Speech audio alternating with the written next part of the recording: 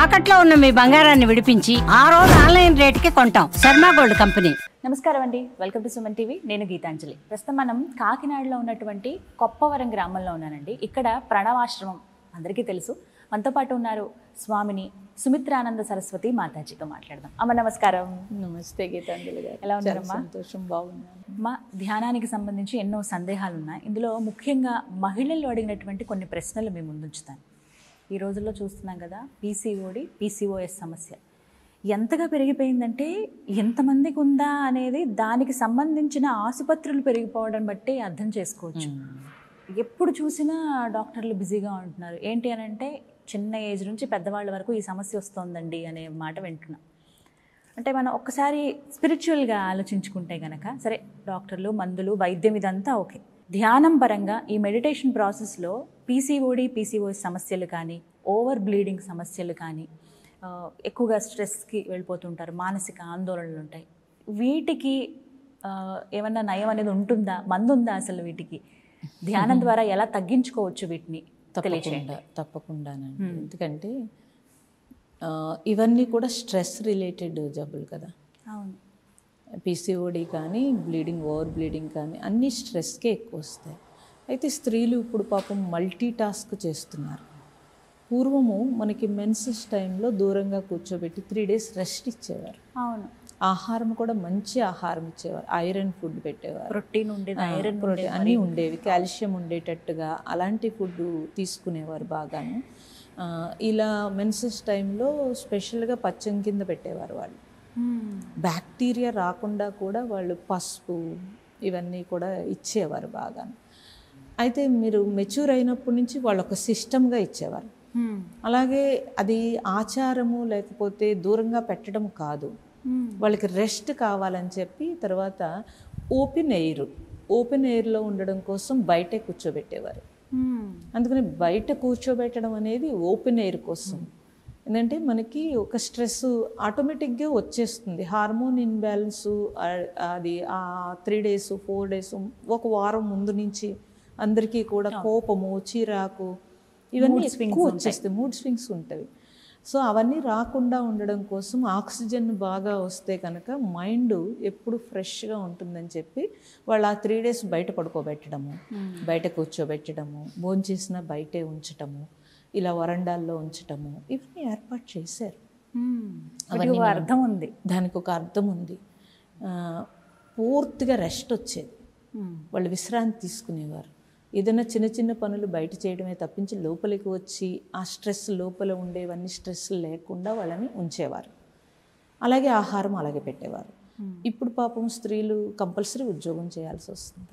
3 days ఆగిపోతామంటే ఎవరు ఉద్యోగంలో ఉంచుకోరు. Multi టాస్క్గా పిల్లల్ని చూసుకోవాల్సి వస్తుంది, జాబ్ చేయాల్సి వస్తుంది, ఫ్యామిలీని చూసుకోవాల్సి వస్తుంది. అలాగే బయట ఎప్పటికప్పుడు అప్డేట్ అవ్వకపోతే వెనకబడిపోతామేమో అని చెప్పి అన్నీ చూసుకోవాల్సి వస్తుంది. అదొక పెద్ద స్ట్రెస్ వాళ్ళకి. అండ్ ఈ హార్మోన్ ఇన్బ్యాలెన్స్ ఒక స్ట్రెస్. డెలివరీల నుంచి వాళ్ళకి వచ్చే హార్మోన్ ఇన్బ్యాలెన్స్, వీక్నెస్లు, సిక్నెస్లు ఇవన్నీ ఉంటాయమ్మ. అయితే కేర్ తీసుకోరు. స్త్రీ ఎప్పుడు కూడా ఏం చేస్తుందంటే ముందు ఇంట్లో ఫ్యామిలీకి చూసేయటము, లేకపోతే పిల్లలకు చూసేయటము, వాళ్ళు త్యాగము ఆలోచిస్తారు. అంతే, పర్వాలేదులే మనం ఏదోటి చేసేసుకుందాం, ముందు వాళ్ళకి చూసేద్దాము అని చెప్పి అదే దానిలో ఉంటారు. చివరికి వచ్చి మెనోపాజ్కి వచ్చినా లేకపోతే ఇలా మెన్సెస్లో ఆ చిరాకు పడినా, కోప్పడినా ఇంట్లో ఎవరు అంత అర్థం చేసుకోరు. ఎందుకంటే ఆ ప్రాబ్లం వాళ్ళకి తెలియదు. ఫ్యామిలీకి అంత అర్థం చేసేసుకునే వాళ్ళు ఎవరు ఉండరు.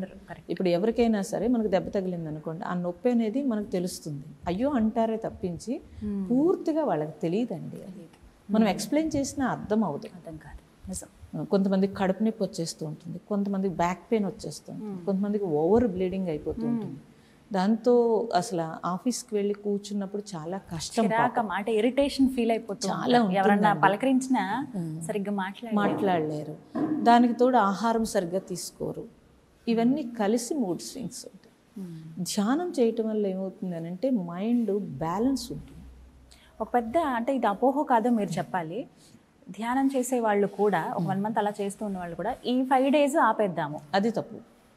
తర్వాత 6th డే నుంచి చక్కగా తలస్నానం చేసి అప్పుడు మళ్ళీ కూర్చుందామని పూజ చేశారు, జపం చేశారు, దానికి శారీరక నియమం ఉంది. ధ్యానానికి ఆ నియమాలు లేవు, లేదు. ఎట్టి పరిస్థితుల్లో నియమాలు ఏమి అంటే డేట్లో ఉన్నా కూడా ఆ టైంలోనే చేయొచ్చు. మీరు ఏదైనా మంత్రం చేయకూడదు, మంత్రం చేయకూడదు. మీరు ప్రశాంతంగా కళ్ళు మూసి కూర్చోవడానికి ఏముందండి దానికి. సో బ్లీడింగ్ అనేది, నేను కూడా ఒక ప్రయోగం ఏంటంటే, నాకు బాగా ఓవర్ బ్లీడింగ్ ఉండేది. 15 days 10 days ఎప్పుడు 5, 6లోనే ఉండేది. నేను మెడిటేషన్లోకి వచ్చాక చాలా అద్భుతంగా నాకు ఆ 3 days అవ్వడము, తగ్గిపోవడము, ఇవన్నీ నేను అబ్జర్వ్ చేశాను. నా దగ్గర ఎక్కువ డిప్రెషన్ ఆడపిల్లలు ఉంటారు. వాళ్ళకి డిప్రెషన్ అంటేనే 90% వేగం ఉంటుంది బ్రెయిన్. అప్పుడు ఓవర్ బ్లీడింగ్ అయిపోతూ ఉంటుంది. పీసీఓడీలు, గర్భసంచిలో అనేక రకాల ప్రాబ్లమ్స్, ఇవన్నీ చూస్తాం మేము. ఎప్పుడైతే మెడిటేషన్లోకి వచ్చారో స్లోగా అవన్నీ తగ్గిపోతూ ఉంటాయి. కాబట్టి ఆడవాళ్ళకి కంపల్సరీగా, స్త్రీలకి ప్రత్యేకంగా ధ్యానం అనేది ఎక్కువసేపు చేయక్కర్లేదు. ఒక 10 minutes 15 minutes మీ లైఫ్లో భాగంగా పెట్టుకుంటే కనుక మీరు మొత్తం రోజంతా పడే శ్రమ ఏదైతే ఉందో అది రిలీఫ్ అయిపోతుంది. ఇప్పుడు ఎప్పుడు చేయమంటారమ్మా? ఫర్ ఎగ్జాంపుల్ పీరియడ్స్ టైంలోనే ఉన్నారు, ఓవర్ బ్లీడింగ్తో బాధపడుతూ ఉన్నారు, అలాంటి వాళ్ళు ఏ సమయాన్ని ఎంచుకోవాలి ధ్యానానికి? ఎంతసేపు చేయాలి? అలా అంటే మీరు అంత తెల్లవారుజామున అంటే అప్పుడు లేవలేరు అసలు. ఎప్పుడు లెగిస్తే అప్పుడే, ఎప్పుడు లెగిస్తే అప్పుడే మీరు చక్కగా మొహం కడుక్కొని ఫ్రెష్గా కూర్చుని అలా, లేదా మీకు ఎప్పుడు ఖాళీ ఉంటే అప్పుడు. అంటే ధ్యానం కూడా మళ్ళీ ఒక పని కింద మళ్ళీ అదొక స్ట్రెస్ పెట్టుకోకూడదు, అదొక స్ట్రెస్ రిలాక్స్డ్గా ఉండాలి. మీకు ధ్యానం చేసేది రిలాక్స్ కోసం చేస్తున్నాం, మళ్ళీ నాకు ధ్యానం కుదరట్లేదనో లేకపోతే నేను ధ్యానం చేయలేకపోతున్నానో అలా స్ట్రెస్ ఉండకూడదు. శరీరానికి విశ్రాంతి ఎంత అవసరమో మనస్సుకి నేను ఇంత వేగంగా స్ట్రెస్ ఇచ్చాను కాబట్టి దానికి కూడా నేను విశ్రాంతి ఇవ్వాలి అని ఒక అవేర్నెస్ ఉంటే కనుక తప్పనిసరిగా ధ్యానం చేస్తారు. ఆహారం ఎంత అవసరమో శరీరానికి, మనస్సుకి కూడా విశ్రాంతి అంతే అవసరము. కాబట్టి మనస్సుకి ఆహారము విశ్రాంతి. మీరు అలా చూసుకుని మీరు ధ్యానం చేసినప్పుడు మీరు తేడా తెలిసిపోతుంది. ఎంతసేపు చేయమంటారమ్మా? మీరు అంటే టైం ఉంటే ఎక్కువసేపు చేసుకోవచ్చండి, టైం లేదు 10 minutes 15 minutes, మళ్ళీ ఎప్పుడైనా టైం ఉంటే ఒక 10 minutes. ఆ టైంలో అసలు ఏం స్ఫురణలోకి రావాలి, ఏం తలుచుకోవాలి? మీరు అలవాటు ఉండి మీరు ఏ ధ్యానం చేస్తే ఆ ధ్యానం చేయాలి. ఏ అలవాటు లేదనుకోండి, చక్కగా భూమధ్య స్థానము, శివుడికి ఎలా అయితే 3వ కన్ను ఉంటుందో మనకు కూడా జ్ఞాననేత్రం అంటాము. అక్కడ కళ్ళు మూసుకుని మీరు అలా అబ్జర్వ్ చేస్తున్నప్పుడు మీకు ఒక తేజస్సు అనిపిస్తుంది. ఒకవేళ అనిపించకపోయినా మీరు అక్కడ ఫోకస్ పెట్టినప్పుడు ఆటోమేటిక్గా థాట్స్ వేగం తగ్గుతాయి.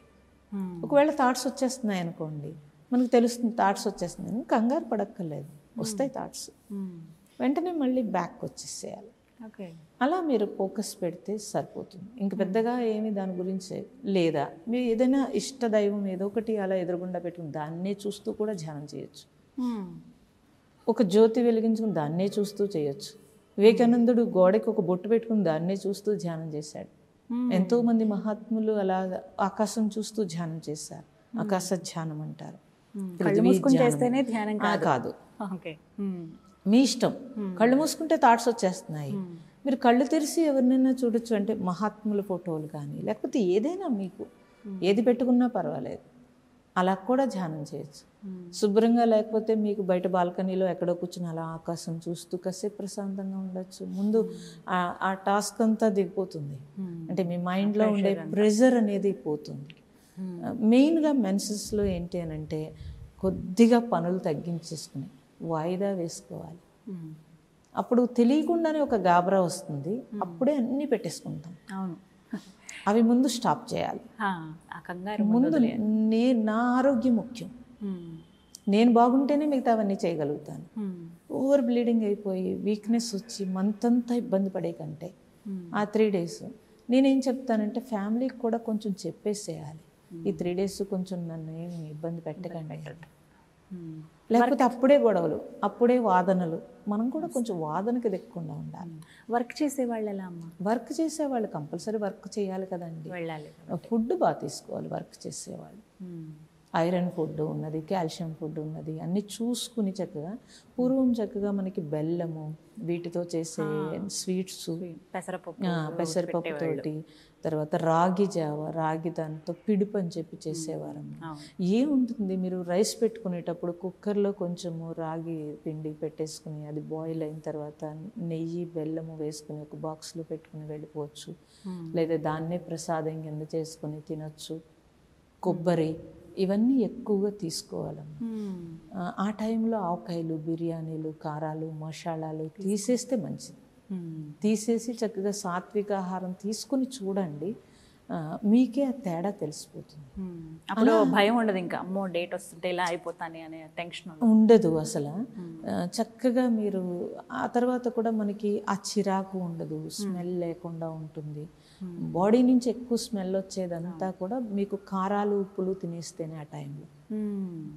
అందుకని ఎక్కువగా టర్మరిక్, పసుపు ఎక్కువగా వాడేవారు మన పూర్వీకులు, యాంటీసెప్టిక్ కాబట్టి. గానుగు నూనెతో చేసిన కూరలు ఇవే ఇచ్చేవారు. సో మెన్సెస్ నుంచి ఆ శ్రద్ధ తీసుకునేవారు, డెలివరీలో కూడా ఆ శ్రద్ధ తీసుకునేవారు. ఇప్పుడు అదేం తీసుకోవట్లేదు. డెలివరీ అయిన తర్వాత ముందు బయట స్విగ్గీలో ఆర్డర్లు చేసుకుని తినేస్తారు. అవునమ్మా, చాలా. అంటే మన హెల్త్ గురించి మనకే కాన్షియస్ లేకపోతే పక్క వాళ్ళకి ఎందుకుంటుందండి? ఇది మన లైఫ్ కదా. కరెక్ట్. జాబ్ తప్పట్లేదు, పిల్లలు తప్పట్లేదు, స్ట్రెస్ తప్పట్లేదు. అప్పుడు కొంచెం హెల్త్ అనేది కేర్ తీసుకోవాల్సి ఉంటుంది, తప్పనిసరిగా చాలా చక్కగా వివరించారు. ఇది ఒక పెద్ద సందేహమే. ముందు నేను అడిగినట్లుగా ఇంకా అసలు అప్పుడు ఏం చేయొద్దేమో అంటే ఇంకా ఎక్కువ థాట్స్ వచ్చి పిచ్చి పిచ్చి ఆలోచనలన్నీ వచ్చేస్తూ ఉంటాయి, మన ధ్యానానికి దూరం అయిపోయి. అలా కాకుండా కంటిన్యూ చేయమంటారు. చేయొచ్చు. చక్కగా వివరించారమ్మా, ధన్యవాదాలు. నమస్తే.